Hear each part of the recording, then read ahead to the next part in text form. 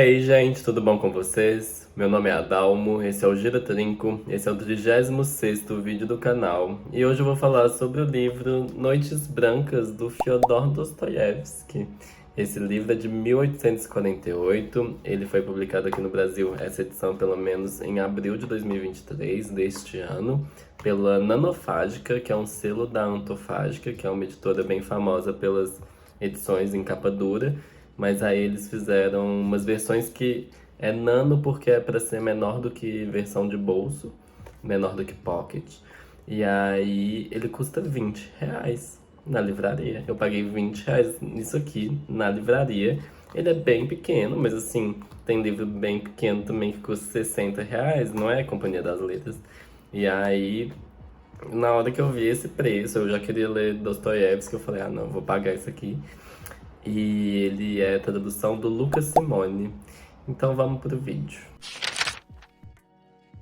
Bem, eu já queria ler Dostoiévski há muito tempo, né? Como eu comentei, eu queria ter lido outra coisa, já adianto. Eu queria ter lido ou O Idiota, ou Crime e Castigo, ou o Irmãos Karamazov, que é o que eu mais tinha curiosidade. Infelizmente, essas leituras vão ser adiadas, porque no canal eu não gosto de repetir autor.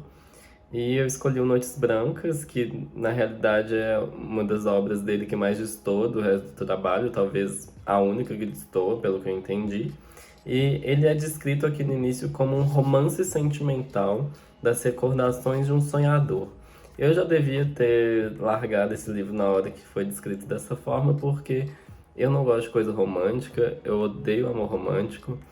Eu tenho uma visão de Dostoiévski por causa desse livro agora que deve ser completamente assim, deve ter nada a ver com ele na real. Eu acho que foi uma escolha errada ler esse livro, mas vou comentar ele aqui.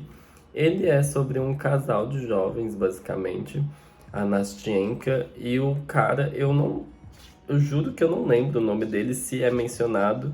Eu só vou mencionar ele como o sonhador. E o sonhador, ele tá lá passeando em São Petersburgo e encontra a Nastienka, que ele ainda não sabe o nome, mas ela tá lá chorando na ponte. E eles começam a conversar por causa de um acontecimento bem pequeno. E o livro é basicamente as conversas deles. É uma descrição completa, assim. E esse livro é dividido basicamente em noites, são as noites brancas que eles vivem. E é isso, gente. Tipo, é a conversa, tem um envolvimento. Eu acho essa capa bem sugestiva, inclusive. Ela não é 100%. Não é o que você imagina imediatamente quando você vê ela. Não é só uma história de amor, tipo, classicona, não é assim também. Mas ela indica que tem algum envolvimento amoroso entre os dois. E acontece isso, eu acho que o livro, no início eu tava achando que ele era um moço tímido e ela era uma menina frágil, e não deixa de ser isso, mas não é tão simples assim. O livro me lembrou um pouco outro livro que eu já comentei aqui no canal, que é O Limite Branco, do Caio Fernando Abreu. O vídeo tá aí para quem quiser ver, faço esse convite. E a relação entre os dois eu diria que é uma quebra da inocência, de certa forma, ou no mínimo algum tratamento, algum desenvolvimento de uma ingenuidade que não é, que é humana, mas que também não é tão simples quanto você achar que as coisas são de um jeito e elas são de outro. São sentimentos mais complicados do que uma mera ilusão, ao mesmo tempo que esse livro é bem sobre ilusão também. Eu vou falar melhor disso ainda. Se você me perguntar se eu gostei do livro, eu vou falar que mais ou menos. Eu acho que ele é bem escrito, eu acho que narrativamente ele vai tendo uma evolução que, ok, é interessante, assim. Forte falar que é interessante. Tipo, é porque não me cativa, esse livro não me cativa. Eu acho que eu gostei mais ou menos porque ele parece um conto muito longo. E eu esperava outra coisa. Eu acho que eu li pouquíssima literatura russa, inclusive, isso é um grande problema.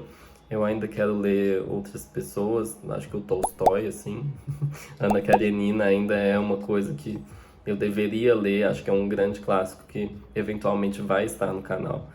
Mas sei lá, é um livro que não fez diferença na minha vida. Assim, Ai, preguiça, honestamente, porque é uma história de gente que eu não gostei dos personagens. Tipo, os personagens não me interessam.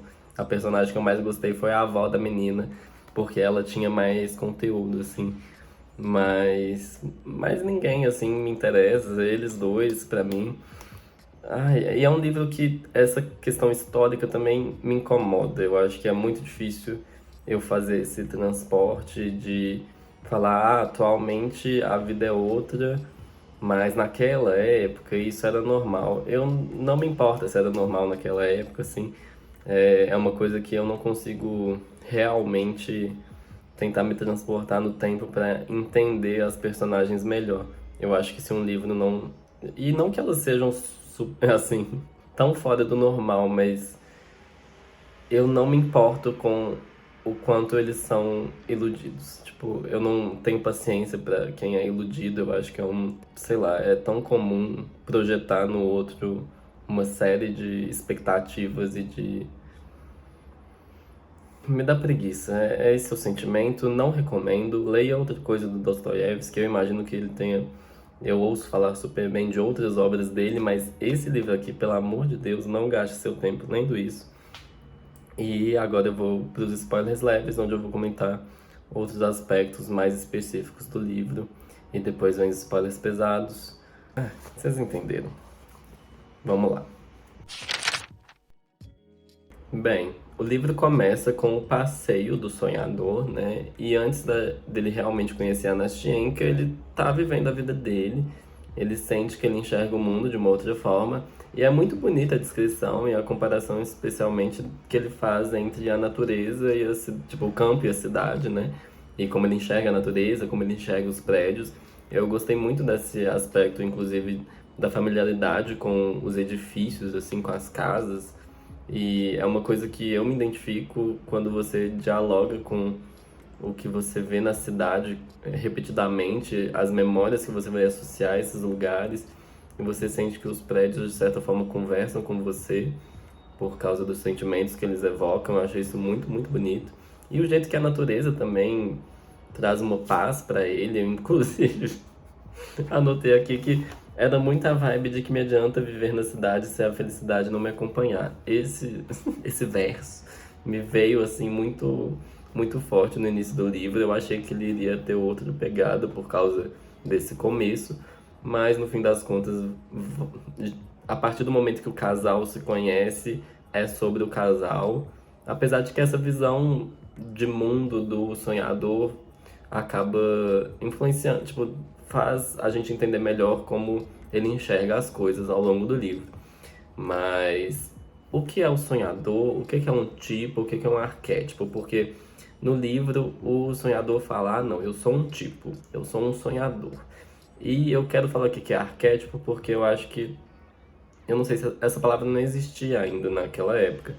O conceito foi criado posteriormente, mas eu acho que é exatamente isso.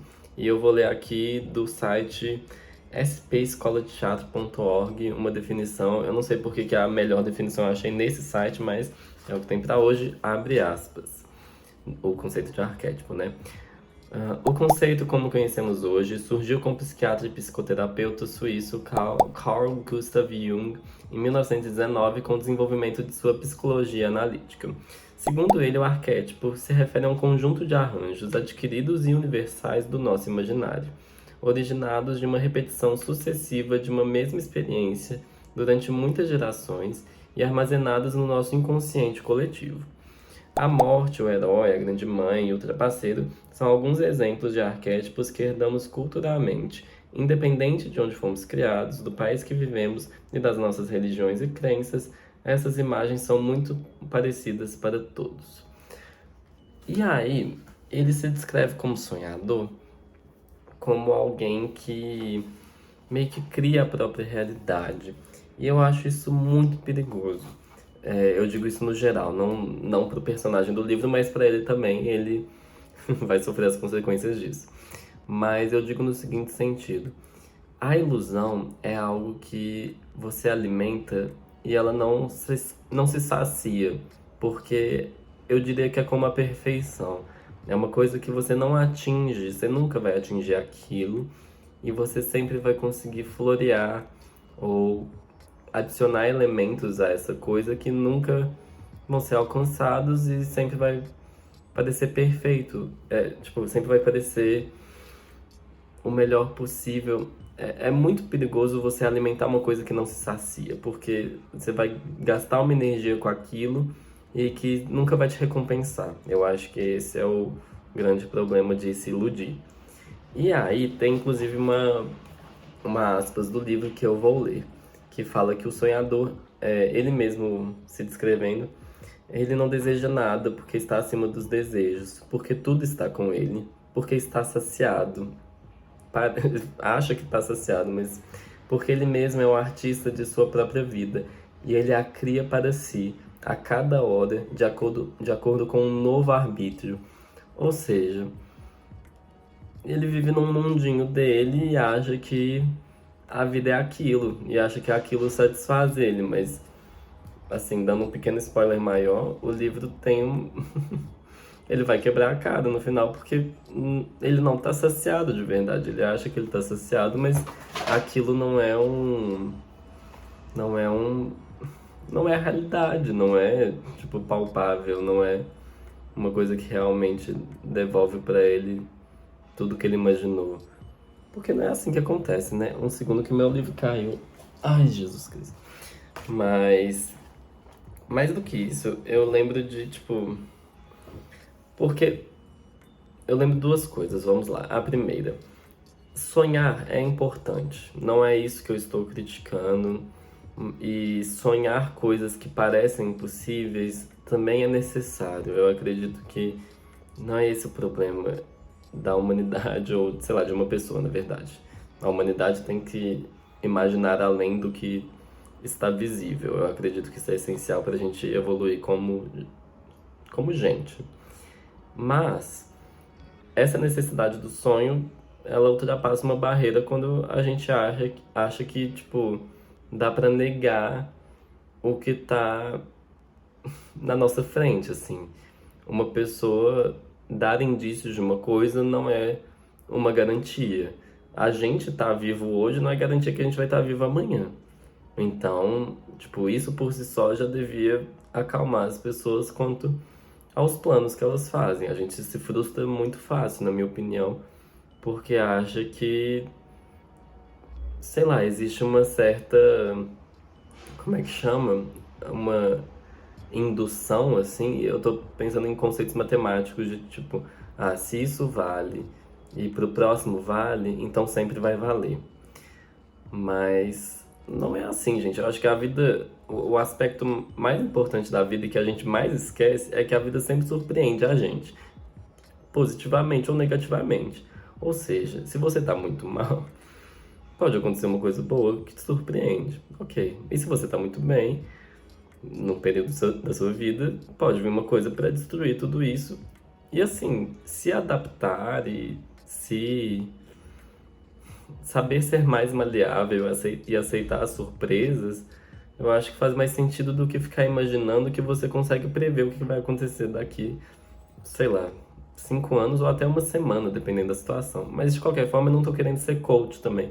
Eu tô falando só que sonhar é necessário, mas se iludir é outra coisa. Se iludir é uma expectativa muito alta, é colocar muita, muito da sua felicidade em coisas que simplesmente não vão acontecer. E isso não é ruim, assim, tipo, não é que, ai, não vai acontecer do jeito que eu quero, logo é ruim. Não, mas saiba entender que você não tem controle sobre as coisas. Eu acho que é isso que eu quero dizer. Isso me lembra a segunda coisa que eu ia falar. É que uma vez eu parei, assim, agora é a reflexão aleatória do vídeo. Ó, todo vídeo tá tendo. Um dia eu parei pra pensar por que que existe transtorno de múltiplas personalidades. Por quê? Porque na minha cabeça eu fiquei assim, ok, a pessoa tá lá vivendo a vida dela, ela tem uma história, ela sabe quem ela é, de onde ela veio, ela sabe minimamente o que que compõe a vida dela. Mas aí o cérebro dela, de alguma forma, vai alterar isso, vai acreditar que existe outra realidade em que ela tem outra personalidade, ok. A minha dúvida na hora que eu tive a viagem que eu tive era tipo, por que que teria mais de uma personalidade que você inventa? Porque na minha cabeça, se o seu cérebro tá inventando outros tipos de pessoa que você é, não teria limite para aquela nova pessoa. Tipo, você não tem uma. Não faz sentido o cérebro conseguir diferenciar, pelo menos na minha cabeça. Se você tá inventando uma nova pessoa, aquela pessoa não tem limite. Então, daria para você inventar qualquer coisa para ela. Tipo, daria para você ir enfiando todas as coisas que você inventa nessa personalidade, assim. Eu não consigo entender onde que surge uma terceira pessoa. Eu não sei se fez muito sentido a ideia, mas é basicamente o não limite, como que ele vai se limitar? Tipo, se você tá criando uma nova personalidade, a partir de que momento você vai fechar ela para criar uma terceira? Mas se alguém, por um acaso, entender de psiquiatria, assim, desse diagnóstico, eu adoraria que comentasse aqui para me explicar por que que existem múltiplas personalidades e não só uma segunda, tipo, uma alteridade, assim. Mas enfim. E aí, outra coisa que eu parei pra refletir é: o sonhador, ele precisa ter passado por alguma ilusão pra começar, né? Tipo, não por alguma ilusão, mas por algum choque, assim, por alguma quebra, pra começar a inventar a vida? Ou, ou esse tipo de pessoa, ela tem que, sei lá, ou ela pode nascer assim e começar a imaginar o mundo de outro jeito só porque sim, sabe? Eu fico em dúvida se tem que ter algum trauma pra pessoa começar a criar um outro mundo em que ela consegue se proteger, sabe? Também fiquei nessa pira um pouco. Isso tudo pra dizer que o sonhador do livro, eu até tenho dó dele de certa forma, mas não sabendo qual foi o trauma dele, eu fico meio, ou se teve algum trauma, eu fico meio, ah, ok, ele tá lá vivendo a vida dele, achando que o mundo, que só ele enxerga o mundo de outra forma. E eu acho isso um pouco, não sei se é egoísta ou individualista ou no mínimo errado, mas eu acho muito estranho pessoas que esquecem que todo mundo tem uma história, que todo mundo tem sentimentos, que todo mundo é muito mais complexo do que parece inicialmente. Eu acho isso extremamente não ingênuo, é mais que ingênuo, imaturo. Eu acho imaturo você ver o outro e achar que ele não vai ter nada de novo a adicionar na sua vida. É claro que tem gente que é muito mais difícil de acessar esses lados, que a pessoa tá num ritmo de vida, ou no mínimo a própria pessoa não explorou muito o que ela tem de especial, mas todo mundo tem alguma coisa muito única. E eu acho que ficar achando que você tem uma visão de mundo muito fora do normal e que, nossa, só eu enxergo o mundo assim, porque o sonhador do livro tem um pouco disso, tipo, ai, nossa, os outros são só corpos que andam no mundo. Aí eu, ah, é mesmo? Você é tão especial assim, querido. Meus parabéns, então. E ao mesmo tempo, o mundo também, tipo, eu acho que o problema da pessoa iludida é que ela vive em extremos que não fazem sentido na minha cabeça. Ou tá tudo muito bom, ou tá tudo muito ruim. E a vida, tipo, obviamente ela não é tudo de bom, mas ela também não é só desgraça, não. Eu acho que, não falando, tipo, ah, procure as coisas boas, mas o mundo não é só desencanto. E eu sei que isso é difícil de enxergar alguns dias, mas você sorri, você tem momentos felizes e se você não tá valorizando isso, talvez isso seja um problema. Mas eu tô muito coach nesse vídeo, pelo amor de Deus. Próximo tópico dos spoilers leves. Existe a frase no livro que também me traz uma preguiça, que é: estávamos predestinados a nos encontrar agora. Tá. O, o conceito de destino é uma coisa que eu tenho uma certa impaciência, porque eu não acho que ele é impossível, assim, sei lá, falando da minha fé, assim. Não, o conceito em si não é o que me incomoda, mas como as pessoas interpretam ele. Porque quando vem uma frase assim, estávamos predestinados a nos encontrar agora, eu acho muito engraçado, porque quando acontece uma coisa que você quer, você acha que é destino. Quando não acontece essa coisa, é porque não aconteceu ainda. O destino ainda não se concretizou. O que eu quero ainda está guardado em algum lugar. Aí se a pessoa morre e não acontece, aí todo mundo esquece que não aconteceu. Mas o que me incomoda é que, tipo, vamos supor que existe destino. Se o destino vai se concretizar, não necessariamente ele vai se concretizar, tipo, ele não é perfeito se ele existe, obviamente, porque a gente tem algumas decisões. Mas se a gente está desviando do caminho, não dá para saber o que que exatamente é desvio e o que que já estava predestinado. E isso que me incomoda. Às vezes você está exatamente num desvio e você fala, ah, não, é o meu destino. Sabe, não tentem controlar a vida, pelo amor de Deus. Não desse jeito, não achando que, tipo, ah, se eu mandar energias positivas, isso vai acontecer dessa forma. Eu acho que é muito mais sobre você escutar o que acontece do que você emanar o que você quer. Eu acho que isso faz muito mais sentido, pelo menos na minha vida. Mas enfim. E o último tópico dos spoilers leves, que tem a ver com tudo que eu já falei, é a nostalgia que o livro traz. E isso é uma outra ilusão, né? A ilusão de que o passado é uma coisa incrível, que você esquece o quanto você sofreu e você só vê a parte boa. Mas eu acho o conceito de nostalgia muito legal, apesar de odiar essa nostalgia que tem acontecido na nossa sociedade, de parecer que não existe ideia nova, não se consegue criar um filme da Disney novo porque as pessoas querem viver o passado e acham que. Ai, gente, eu tenho tanta preguiça dessa ideia de que. Porque é muito diferente de manter uma tradição, ficar revivendo essas coisas. É uma tentativa muito desesperada de tentar voltar atrás e não aceitar que, tipo, ok, vamos fazer uma releitura ou vamos contar essa história para perpetuar ela na nossa cultura. Não tem nada a ver com isso, obviamente não tem. E. Ai, me dá preguiça. Eu não acredito até hoje que a porra do Rei Leão mais recente teve uma bilheteria absurda, porque é um filme mal feito. Eu nem quis ver, mas falo mesmo. Mal feito, zero carisma, um trem totalmente sem.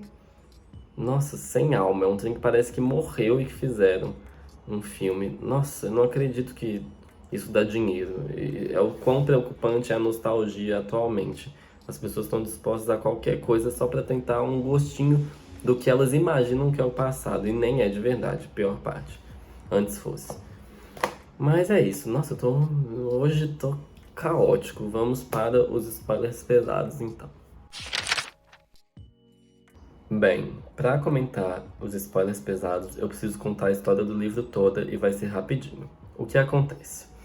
O sonhador tá lá vivendo a vida dele, ele passa pela ponte, vê a Nastienka, quer se aproximar, não tem oportunidade de se aproximar, ela tá andando na rua indo pra casa dela, ele meio que vai atrás, assim, pra ver onde ela tá indo, um bêbado aborda ela, o sonhador meio que afasta esse bêbado dela, isso faz ele se aproximar dela, inclusive é meio cômico o jeito que ela tá tremendo de medo, e o sonhador tá agradecendo mentalmente que o bêbado assediou ela. Mas, assim, ok.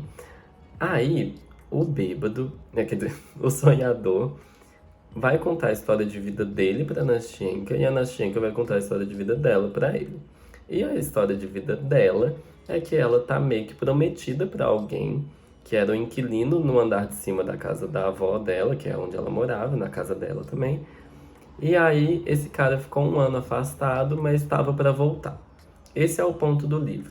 A Nastienka esperando o prometido dela voltar, um cara que ela teve um envolvimento, e o sonhador trocando uma ilusão da solidão por uma ilusão de um amor romântico, porque ele se apaixona pela Nastienka. Tá. A porra do sonhador se apaixona por uma pessoa que está, de certa forma, compromissada, mas mais que isso, uma pessoa que ele mal conhece. Tá, essa felicidade que a gente assim, tipo, eu escrevi assim, a felicidade imediata que o outro traz. Obviamente, não é pessoal.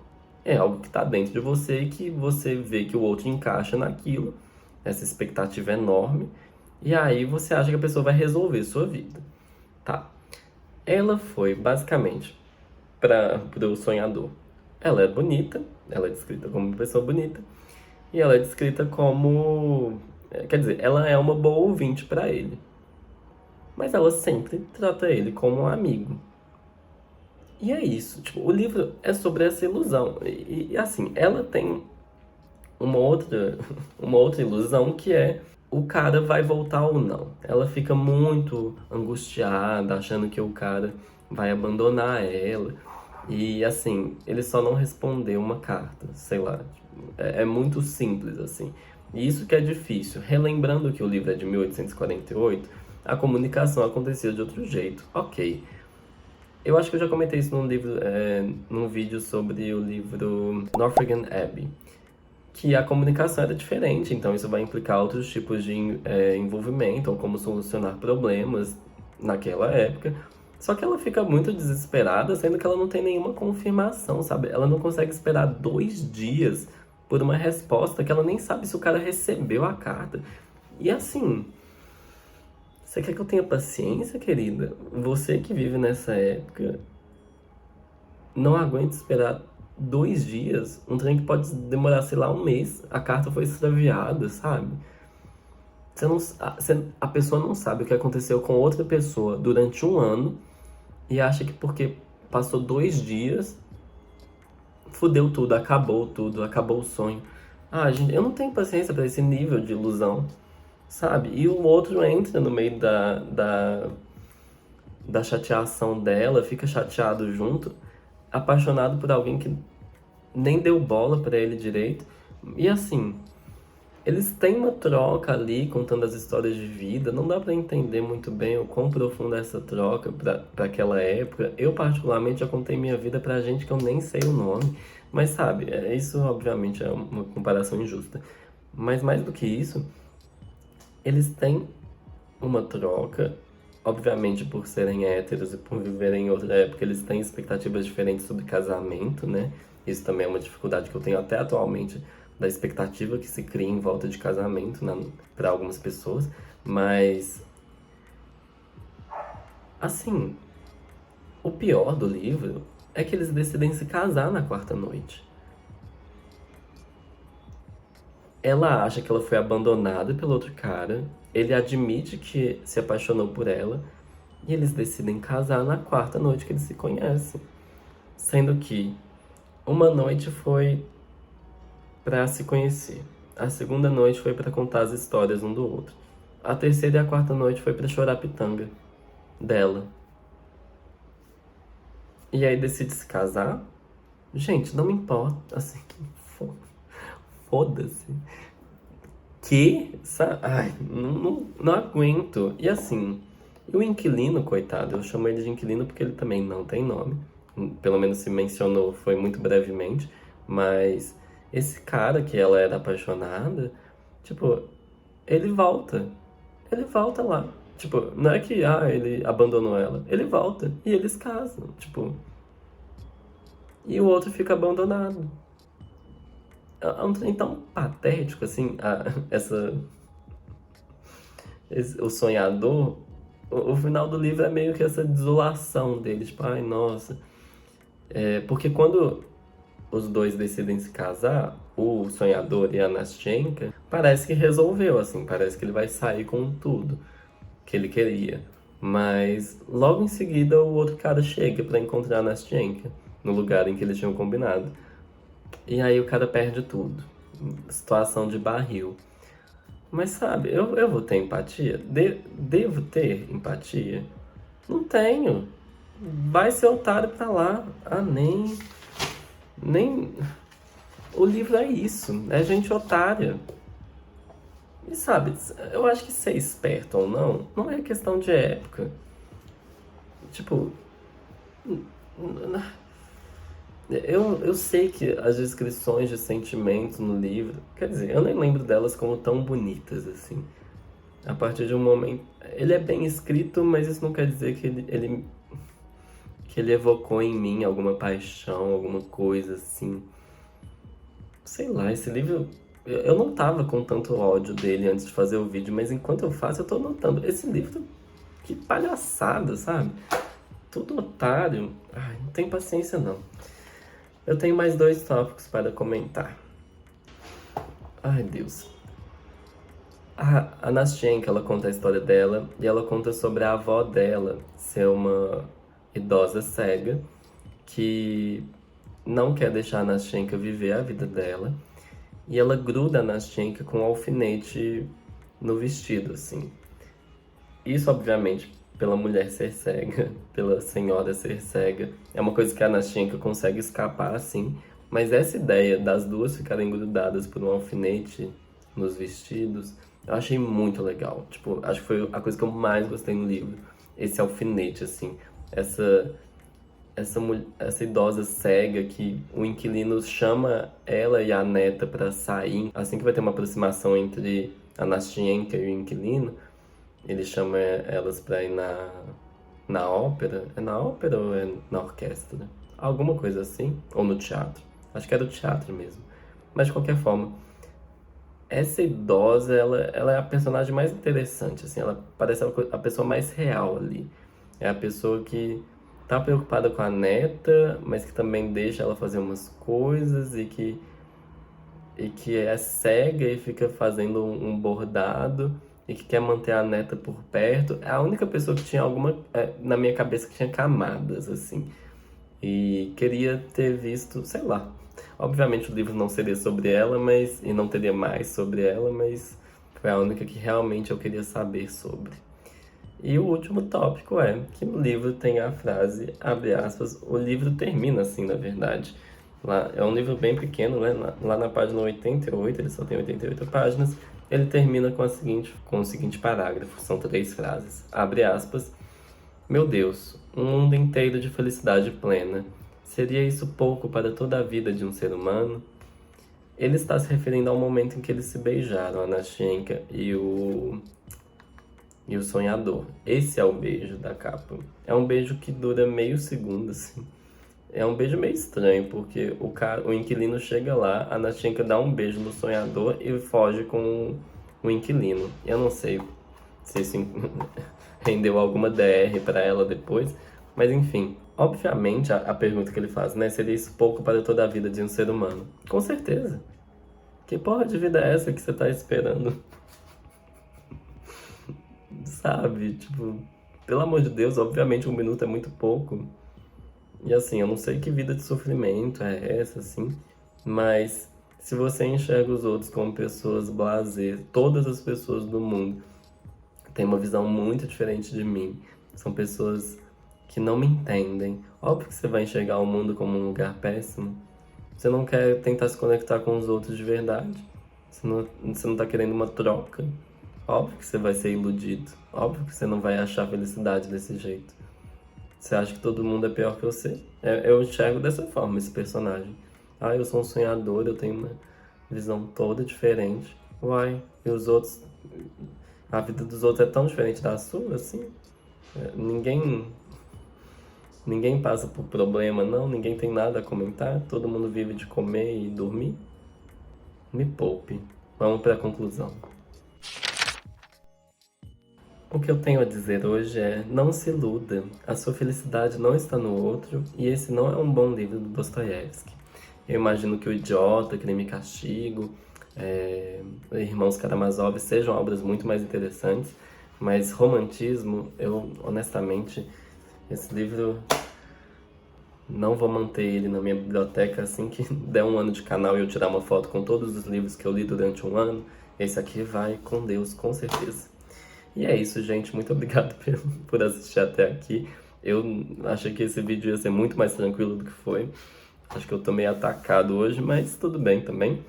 E quinta-feira que vem eu volto aqui pra um novo vídeo. Nossa, quinta que vem vai ser muito legal. Eu tô muito animado. Vai ser muito especial.